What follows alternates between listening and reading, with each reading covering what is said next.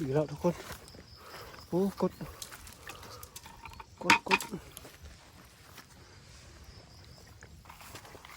เอาเถอะไปยังเนาะ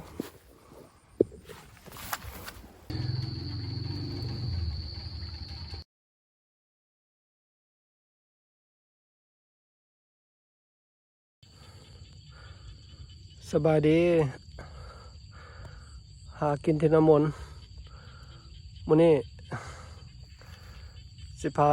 ทุกคนมาปักเบ็ดอีกหลังจากฝนตก3 มื้อซ้อนแดดออก2 มื้อละวันนี้เราจะมาปักเบ็ดเหยื่อเราจะเป็นหวกคือเก่าเป็นหวกเนาะเบ็ดไม้เราทินบานน้ำมนต์เป็นไม้แคมห้วยแล้วก็มีสระแคมห้วยให้เบิ่งไม้นี่ตอนนี้จะเป็นสายห้วยลงไปพูนเนาะบรรยากาศยามแรงตะเวนไกลสิตกดินละไปเดี๋ยวเราไปปักเบ็ดใส่เบ็ดนำกันถ้ารอชมผลงานนำกันเมื่อแรงตอนยามอีกไปบ่เอาลายเดี๋ยวสิบ่แล้วเบ็ด ใส่เบ็ดให้แล้วก่อน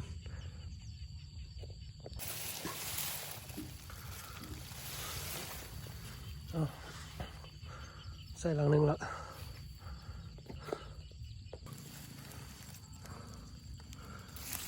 โอเค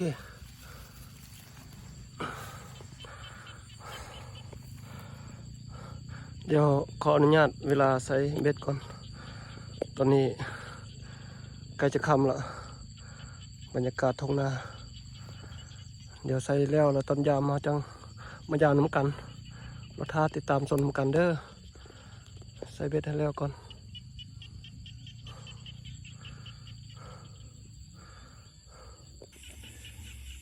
โอเคทุกคนตอนนี้เวลา8 โมงปลายแล้วเดี๋ยวจะพาไปย่ำเบ็ดย่ำเบ็ดน้ำกันเดี๋ยวถ้ารุ่นน้ำกันเด้อสิมีแต้มมันอะไร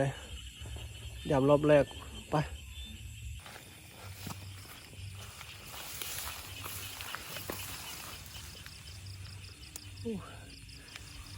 เนี่ยยังคือเก่าอยู่ทุกคน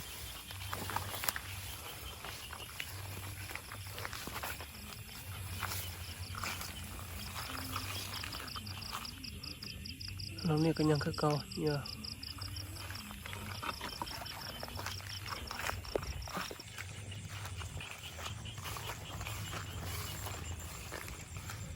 หลังนี้ถึกทุกคนปลาเสื่อมตัวแรกแห้งมันเก็บ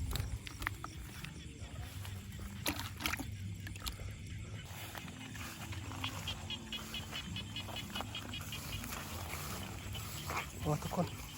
หลังนี้ถึกหลังนี้ก็ถึกเจ้าที่2ปลาดุกเอางามเอาเก็บก่อน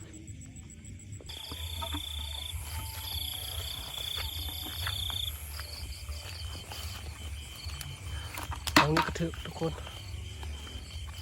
เสื่อมแต้มที่3มันโอเคเก็บ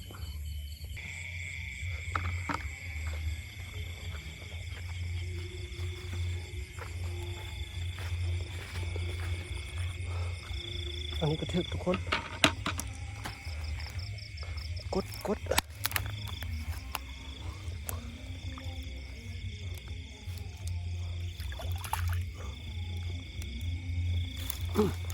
ขึ้นก่อนโอเคเอามาละแต้มที่5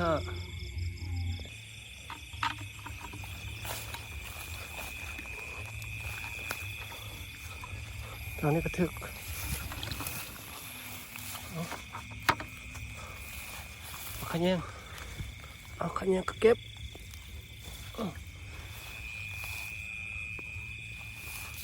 เค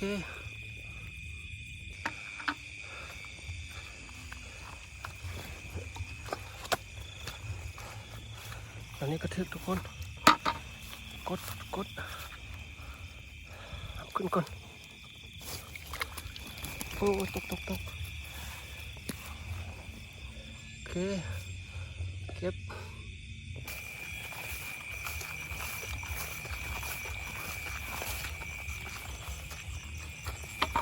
อันนี้ทึกทุกคน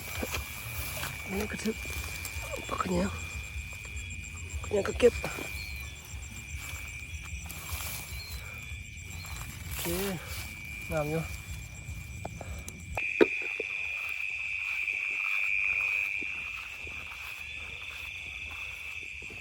โอ้หลังนี้ทึกทุกคนโอ้กดไงขึ้น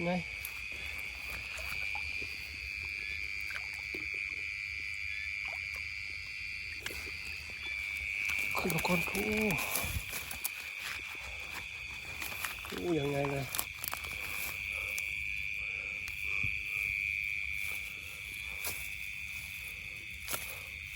โอเคเก็บก่อนทุกคน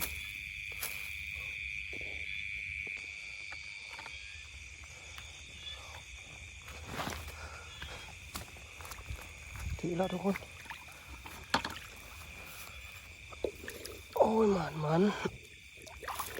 โอเค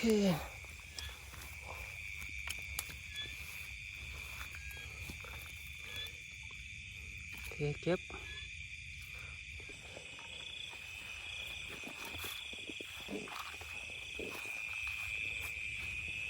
โอ้เรานี่กระเทกทุกคนเอาละเสื่อมโอ้สันขึ้นก่อนโอ้ยโอเค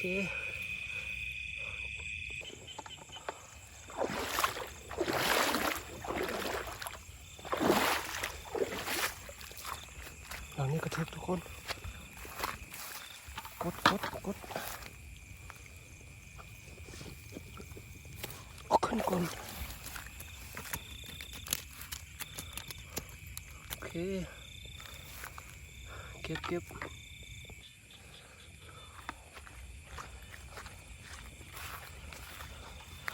เรานี่กระเทก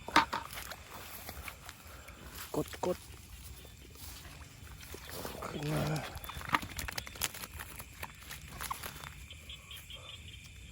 โอเคเก็บ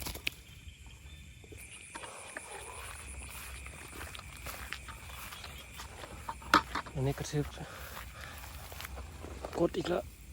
กดเอามัน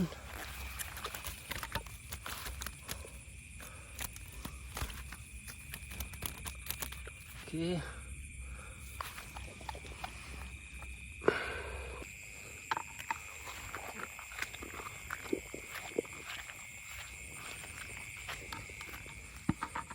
อันนี้กระทึกทุกคนโอ้ยดุก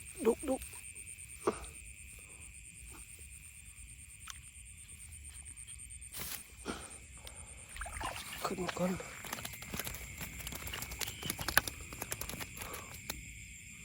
โอเค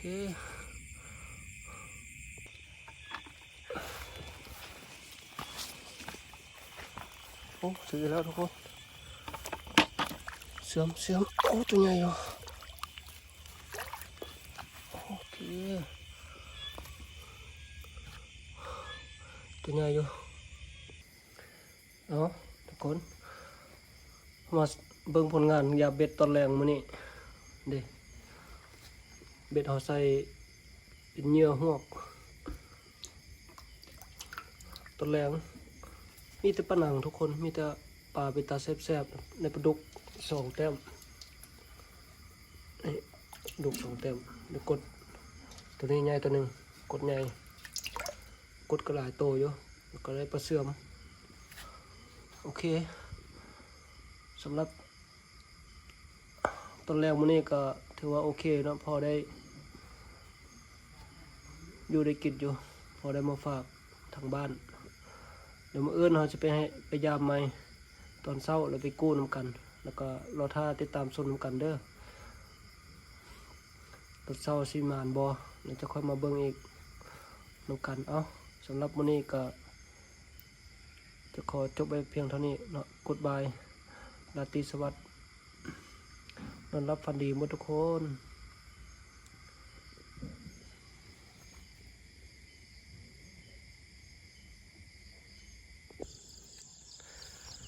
สบายดีตอนเช้า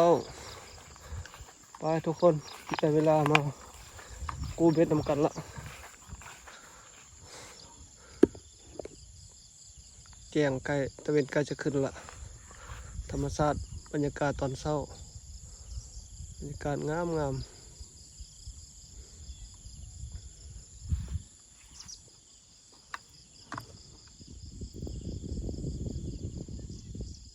ไปเดี๋ยวไปติดตามน้ำกัน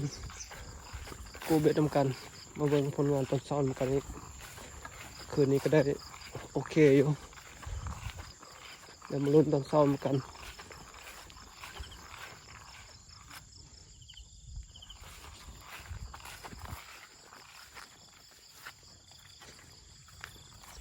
นี่จะเป็นต้นเอิ้นว่าต้นของข้าเจ้าตอนนี้ยังคำนี้ไปหาเบ็ด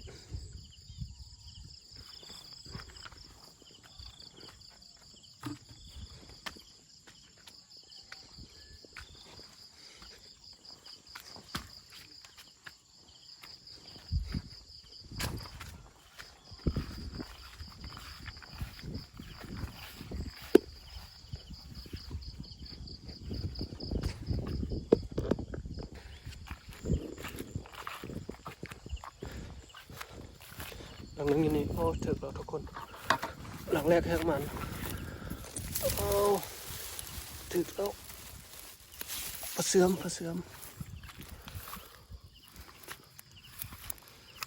โอเค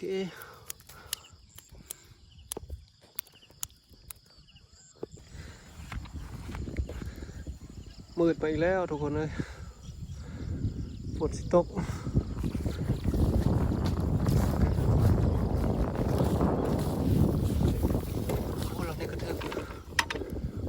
กด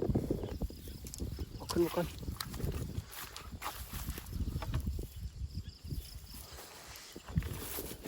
โอ้ยตัดลาย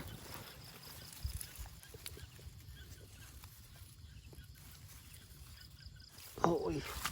ผักหลักแท้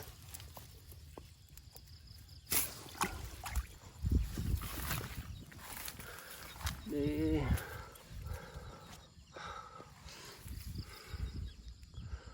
เอาเก็บ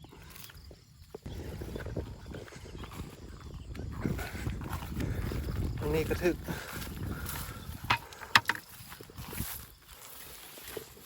ปลาเสื่อมโอเค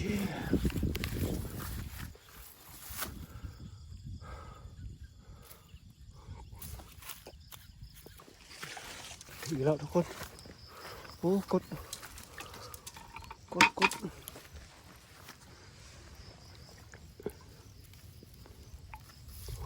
โอ้ยคุณยายโอเคเก็บ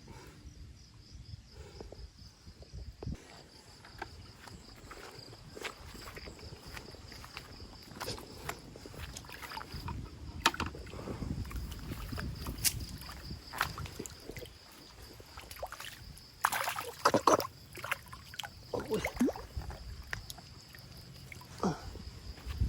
เชื่อมตัวงามอยู่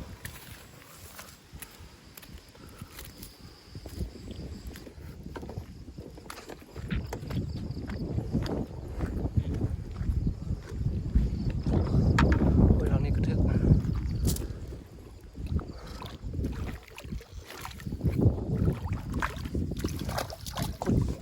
กด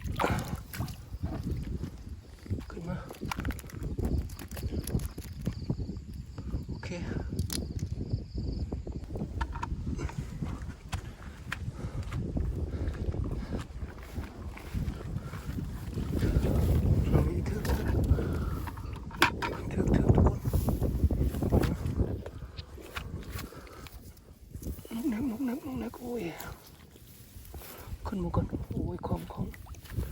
ของปลาดุกโอเคดุกกุ้งเหลืองเชอร์เปอร์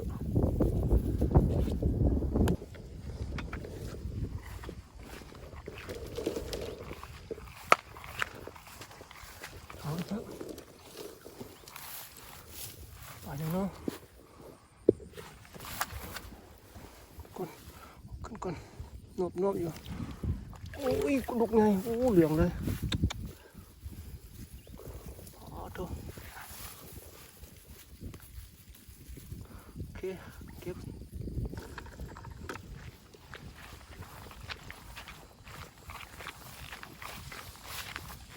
โอ้หลังนี้ก็ถึงทุกคน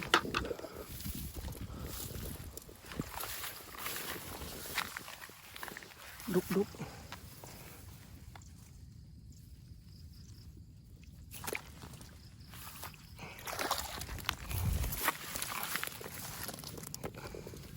โอเค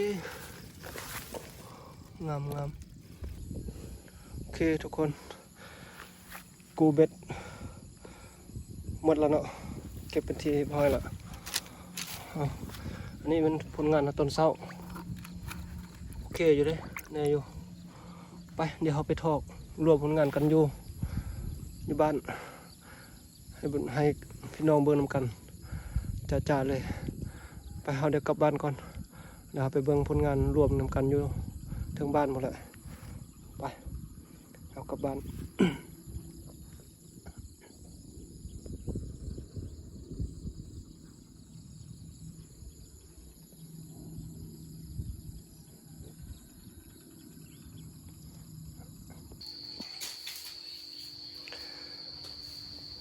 ผลงานทุกคน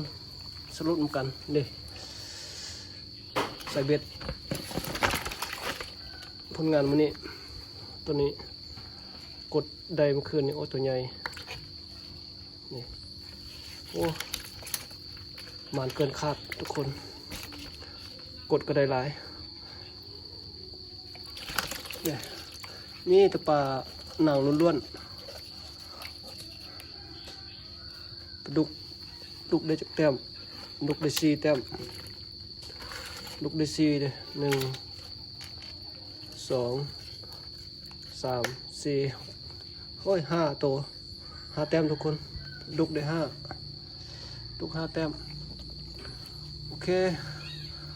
ก็ถือว่าโอเคแล้วหมานอยู่เกินคาด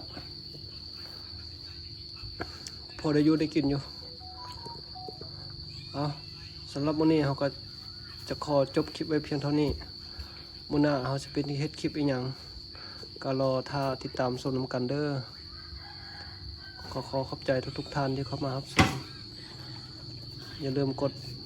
ไลค์กดติดตามเพื่อเป็นกำลังใจให้แน่เอาสบายดี